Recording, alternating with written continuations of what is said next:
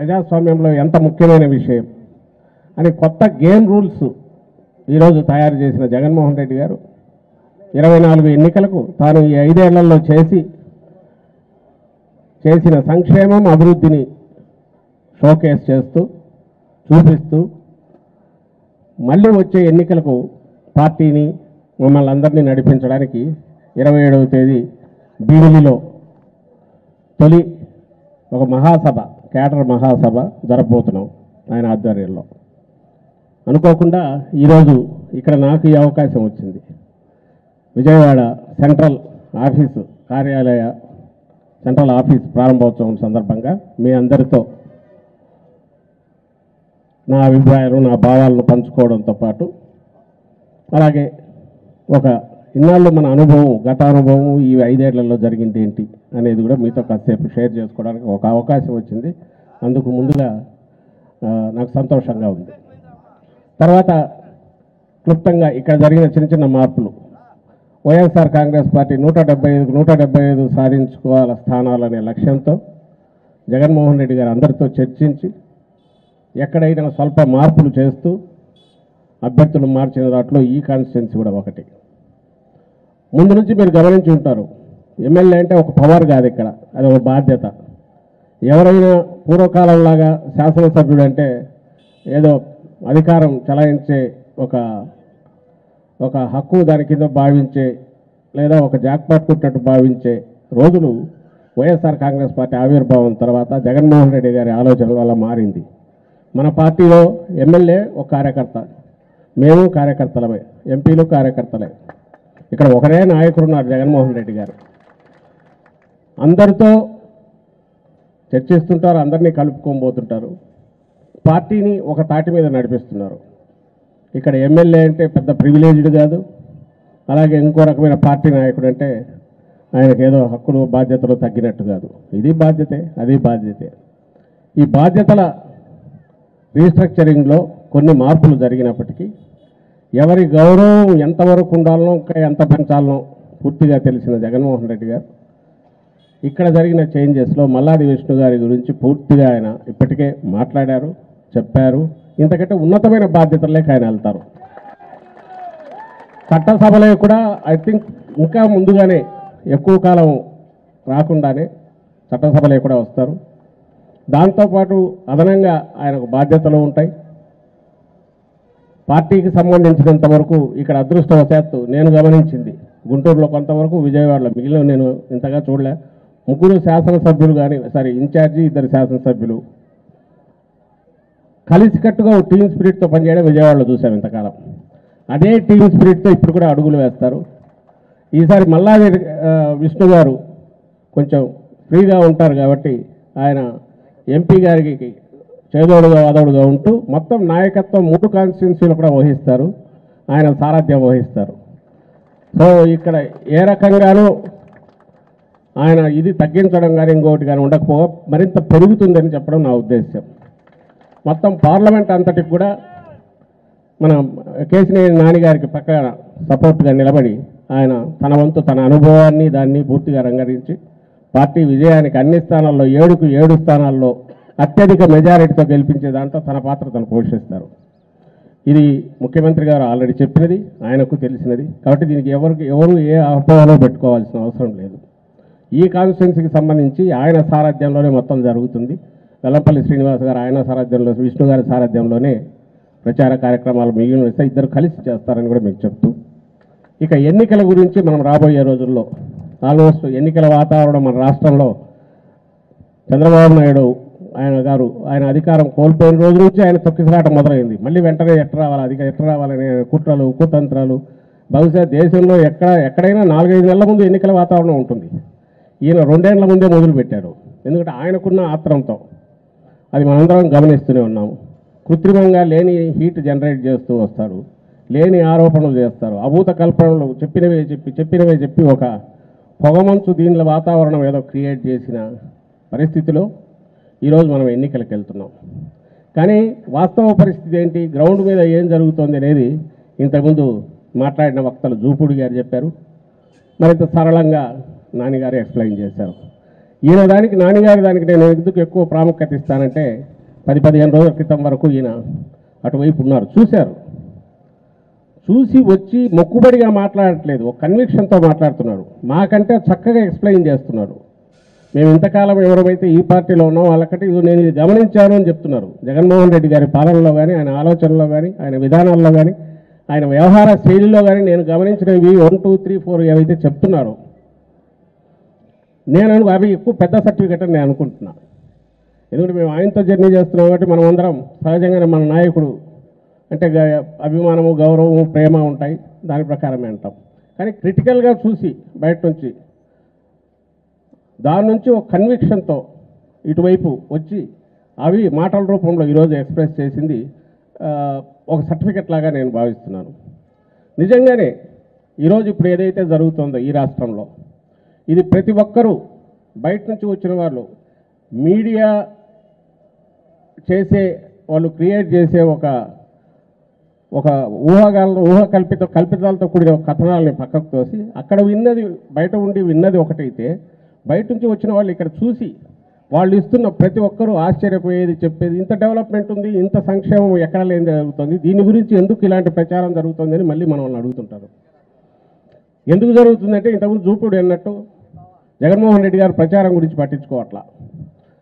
మనం చేసే ఆ పథకాలన్నీ, మనం తీసుకెళ్తున్న సంస్కరణలు, చేస్తున్న సంస్కరణలు, పథకాలన్నీ లాస్ట్ మైల్ కింది వరకు రీచ్ అవుతున్నాయా లేదా, దానికి అవసరమైన స్ట్రక్చర్ ఏది ఏర్పాటు చేసుకోవాలి, ఆ చేసుకున్న తర్వాత పారదర్శకంగా, అవినీతికి అతీతంగా, శాచురేషన్ పద్ధతి మీద ఎలాంటి వివక్షకు అవకాశం లేకుండా కింది వరకు ఎలా తీసుకెళ్ళాలి, ఈ 3 ఏదైతే తను ఫోకస్ పెట్టుకున్నాడో దానికోసం డెలివరీ సిస్టమ్ కింది వరకు, వాలంటీర్ల వ్యవస్థ వరకు, సచివాలయాల వ్యవస్థ, వాలంటీర్ల వ్యవస్థ, ఇది ఒక అద్భుతమైన వ్యవస్థ అని వచ్చిన వాళ్ళందరూ అంటున్నారు. అది లేకుండా నువ్వేం చేయలేవు. ఈరోజు మనకు వరద వచ్చినా, తుఫాన్ వచ్చినా 2 రోజుల్లో ఎన్యూమరేషన్ అయిపోతుంది, లెక్కలు వస్తున్నాయి.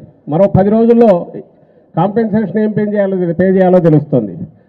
అందుకే కాన్ఫిడెంట్గా సీజన్ అయిపోయేలోగా రైతులకు మళ్ళీ మేము ఇన్పుట్ సబ్సిడీ ఇచ్చేస్తాం, పే చేయాల్సిన కాంపెన్సేషన్ పే చేస్తామనగలిగే ధైర్యం ఎక్కడి నుంచి వచ్చిందంటే ఈ వ్యవస్థ ద్వారా వచ్చింది. గతంలో ఎక్కడా లేదు. సిన్సియారిటీ ఉండొచ్చు నాయకులకు, ఎవరైనా కొంతమందికి, చేయలేక ఎందుకు పోయారంటే కింద వ్యవస్థ లేదు, డెలివరీ సిస్టమ్ లేదు. ఈరోజు బటన్ నొక్కడం, అవతల వాళ్ళు ఎగతాళి చేయొచ్చు, కానీ నొక్కడం ఇంత సులభంగా ఎట్లా అవుతుంది?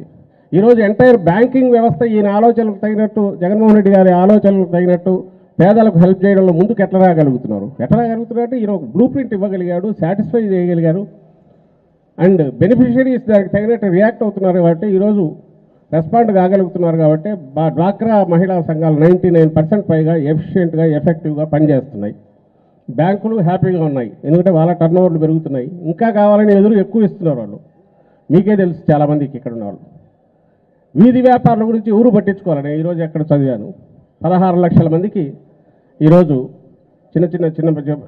చిన్న వ్యాపారాలు, బండ్లు పెట్టుకొని ఇది చేసేవాళ్ళు, వాళ్ళందరికీ 16 లక్షల మందికి రిపీటెడ్గా కంటిన్యూస్ వడ్డీ లేకుండా రుణాలు 10,000, ఆ తర్వాత పెంచుకుంటూ పోయి ఇవ్వడం అనేది ఇక్కడే జరుగుతుంది. అలాగే 31 లక్షల ఇళ్ల స్థలాలు, అసలు ఊహ కూడా అందండి. అన్ని వేల కోట్లు పెట్టి ల్యాండ్స్ కొని ఈరోజు మన జగన్మోహన్ రెడ్డి గారు తన అక్క చెల్లెలమ్మకు వాళ్ళ పేర్ల మీద ఇప్పుడు పట్టాలు ఇవ్వడం మొదలవుతోంది. ఈ నెలాఖరు నుంచి మొదలవుతుంది. 31 లక్షల ఇంటి స్థలాలు, అందులో 20 లక్షల పైగా ఇళ్లకు కన్స్ట్రక్షన్ మొదలైంది. 35 లక్షల ఎకరాలు రకరకాల కారణాలతో, అసైన్ ల్యాండ్స్తో సహా, చుక్కల భూములు అనే పేరుతో, ఇంకో దాంతో డిస్ప్యూట్లో ఉన్నవో, ఇలాంటివన్నీ ఒక్కసారిగా పరిష్కరించి వాటిని ఫ్రీజ్ చేశారు. ఇది గతంలో జరగలే. ఏది నేమ్ ఎనీథింగ్ వీటి దగ్గరకు వచ్చేసరికి వ్యవస్థల్లో మార్పులు తీసుకురావడమే కాకుండా, జవాబుదారీతనం పెంచడమే కాకుండా, రాజకీయపరమైన జోక్యం లేకుండా, అలాగే అధికారుల ప్రమేయం లేకుండా పారదర్శకంగా శాచురేషన్ పద్ధతి మీద ఇంతగా చేసి ఇప్పటికి 2,53,000 కోట్లు కిందికి డీబీటీ ద్వారా నేరుగా ఖాతాల్లో వేశారు. 1,60,00,000 కుటుంబాలకు గాను 1,47,00,000 కుటుంబాలు ఏదో ఒక రూపంలో నేరుగా బెనిఫిట్ పొందాయి ప్రభుత్వం నుంచి, రాష్ట్ర ప్రభుత్వం నుంచి. పెన్షన్లు 66 లక్షలు, రైతులు 50 లక్షల మంది పైగా రైతు భరోసా కార్యక్రమం కంటిన్యూస్గా జరుగుతుంది. అలాగే ఎప్పటికప్పుడు ఇన్పుట్ సబ్సిడీ వస్తుంది. ఉద్యోగాలు 30,000 పైగా ఇప్పటికైనాయి. త్వరలో మళ్ళీ దాని మొత్తం డీటెయిల్స్ రిలీజ్ చేస్తున్నాం. డిఎస్సి కూడా రాబోతుంది. ఏది ఇంతవరకు ఈ రంగంలో ఇగ్నోర్ చేశాము, నిర్లక్ష్యం చేశాము, ఒకవైపు ఎక్కువ దృష్టి పెట్టారనేది లేకుండా సమతుల్యతతో ఇంతగా అభివృద్ధి జరిగిన రాష్ట్రం బహుశా దేశంలోనే లేదు. ఒక్కటే ఉదాహరణ నేను చెప్తాను. మాకు కూడా అనుమానం వచ్చింది. మామూలు జీడిపి స్థూల ఉత్పత్తి పెరిగింది, ఎట్లా పెరిగింది, ఏ రకంగా అంటే కిందికి చూస్తే 2,53,000 కోట్లు ఇది కిందికి ఏదైతే పోయిందో, ఇది కాక డెవలప్మెంటల్ వర్క్స్ తీసుకుంటే ప్రతి సచివాలయం అంటే 2,000 మంది జనాభా, 2,000, 2,500, 3,000 ఉన్న జనాభా పరిధిలో 20 నుంచి 30 కోట్ల రూపాయలు గత 4 సంవత్సరాలు, 4.5 సంవత్సరంలో కిందికి నేరుగా వెళ్ళింది. ఈ వెళ్ళినది అక్కడ ఆర్థికంగా వాళ్ళందరికీ 2,000 మంది అంటే ఆల్మోస్ట్ 600, 700 కుటుంబాలు, 800 కుటుంబాల్లో 20 నుంచి 30 కోట్ల రూపాయలు ఈ ప్రభుత్వం నుంచి అది డైరెక్ట్ బెనిఫిట్ దీంతో డీబీటీ ద్వారా కావచ్చు, లేదా చిన్న చిన్న వర్క్లు ఏమైనా చేసిండొచ్చు అక్కడికి, లేదా బిల్డింగ్లు కట్టిండొచ్చు, ఇన్ఫ్రాస్ట్రక్చర్ డెవలప్మెంట్, ఎనీథింగ్ లెక్కలు తీస్తే మైక్రో లెవెల్లో ఈ లెవెల్లో ఒక యూనిఫామ్గా 22, 23 కోట్ల నుంచి 30 కోట్లకు పైగా కిందికి పోయిందంటే ఇంకా ఆర్థిక వ్యవస్థలో డెవలప్మెంట్ జరగకుండా ఎక్కడికి పోతుంది? ఈరోజు ఇంతకుముందు డెవలప్మెంట్ అంటే ఫోకస్డ్గా ఒక హైదరాబాదు ఇంకెక్కడ ఉంటాయి. కొంతమంది పర్చేజింగ్ కెపాసిటీ అంటే కొనుగోలు శక్తి పెరిగితే కొంతమంది యాక్టివిటీ మాత్రమే వాళ్ళు చేయడానికి అవసరమైన వాటికాల అవకాశాలు, వెసులుబాట్లు ఉంటాయి. ఈరోజు జగన్మోహన్ రెడ్డి గారు అందరికీ కింది వరకు మీ శక్తి మేరకు మీ పిల్లలను చదివించుకోవడానికి, వ్యాపారాలు చేసుకోవడానికి, మీ కళ్ళ మీద మీరు నిలబడడానికి, కుటుంబం అభివృద్ధి గురించి మీరు ఏం చేయాలంటే వాటన్నిటికి కావాల్సిన అవకాశాలన్నీ తీసుకురావడమే కాకుండా ఆచరణలోకి, అమల్లో కూడా తీసుకొచ్చారు. వాటిని అన్నిటిని ఉపయోగించుకోగలిగిన వల్లే ఈరోజు ఈ డెవలప్మెంట్ అనేది కనిపిస్తుంది. అమర్త్య సేన్ చెప్పింది ఇంతకుముందు మెన్షన్ చేశారు, అలాగే దాన్ని కొంచెం పొడిగించి నాన్నగారు చెప్పారు. పేదరికం నిర్వచనాలు మారినాయి. 60లో 70లో అప్పట్లో ఇందిరాగాంధీ గారి హయాంలోనూ, ఆ హయాంలో ఎప్పుడో చూస్తే కూడు, గూడు, గుడ్డ ఈ 3 అంటే రోటీ, కపడా और మకాన్ ఈ 3 ఉంటే సరిపోతాయి అన్నారు. ఈరోజు పేదరికం అది కాదు. పేదరికం ఇది పెరిగింది.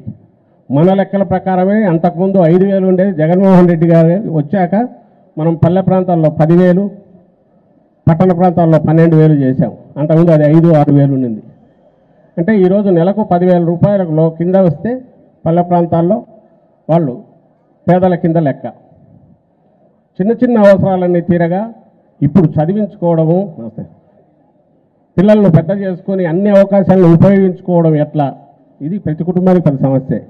నాట్ ఓన్లీ బీపీఎల్ అంటే పేదలకు మాత్రమే కాదు, దిగువ మధ్యతరగతి వాళ్ళు కూడా ఇది సవాలే. విద్యా వైద్యం మధ్యతరగతి వాళ్ళు కూడా పెను సవాలే. ఎందుకంటే ఏది వచ్చినా కాస్ట్లీ, మొత్తం కూడబెట్టినంత దానికే లేదా అప్పులు చేయాల్సి వస్తుంది.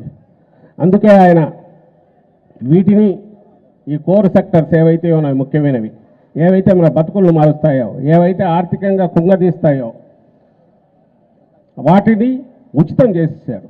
విద్యా వైద్యం కావాల్సిన అవకాశాలు ఏదో టోకెన్గా, మొక్కుబడిగా కాదు, ది బెస్ట్ ఆఫ్ ఎవ్రీథింగ్ అందరికీ అందుబాటులో ఉండాలి. నా బిడ్డలు ఎట్లా చదువుతున్నారో ఆఖరణ కింద ఉన్న పేద అక్కను, చెల్లెలు బిడ్డలు వాళ్ళు కూడా చదువుకోగలగాలి. వైద్యం, ది బెస్ట్ వైద్యం 25 లక్షల రూపాయలకు లిమిట్ పెట్టి లేటెస్ట్ ఆధునిక టెక్నాలజీతో కూడిన వైద్యంతో సహా శస్త్రచికిత్సలు ఏవైనా సరే అందరికీ అందుబాటులో. అదైతే మనం ఆల్మోస్ట్ 85% కవర్ అవుతున్నారు. ఎందుకంటే 5 లక్షలు లిమిట్ చేశాం. 40,000 పైన నెలకు ఆదాయం ఉన్నా వాళ్ళు కూడా ఎలిజిబుల్ అవుతున్నారు ఆరోగ్యశ్రీ వరకు. ఇవన్నీ ఎందుకు చేశారు? ఇవి చేయడంతో ఆగలేదు.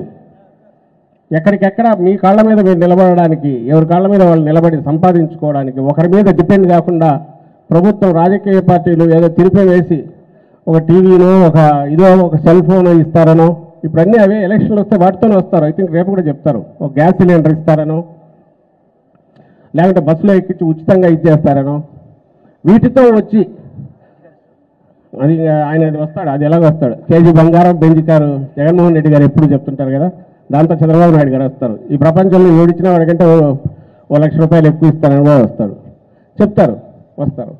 వాటి వల్ల ఎవరైనా చేసినా అవి మీ మీ తలరాత మీరు మార్చుకోవడానికి ఉపయోగపడతాయా, లేక శాశ్వతంగా ఆధారపడేటట్టు చేస్తాయి అంటే శాశ్వతంగా ఆధారపడేటట్టు చేస్తాయి. జగన్మోహన్ రెడ్డి గారు మనకు అదొద్దు, మీ బతుకులు మీరే తీర్చిదిద్దుకోండి, మీ కుటుంబం తలరాత మీరే మార్చుకోండి, అవకాశాలు నేను ప్రొవైడ్ చేస్తాను. ఎప్పుడు అందుకే అంటుంటాం, కులవృత్తి మీద బీసీలు కానీ ఇంకోరు కానీ కులవృత్తి మీద ఆధారపడక తప్పని పరిస్థితి కాకుండా అన్ని అవకాశాలు వాడుకుంటూ ప్రపంచంలో ఎక్కడైనా పోటీ పడగలిగే, ఎందుకంటే భవిష్యత్తు ప్రపంచం అంతా ఎక్కడికైనా పోవడానికి అవకాశాలు ఉంది కాబట్టి పోటీ పడగలిగే చదువు, దానికి అవసరమైన ఆత్మవిశ్వాసం, ఈ రెండు ప్రభుత్వం వైపు నుంచి ఇస్తే ఆ తర్వాత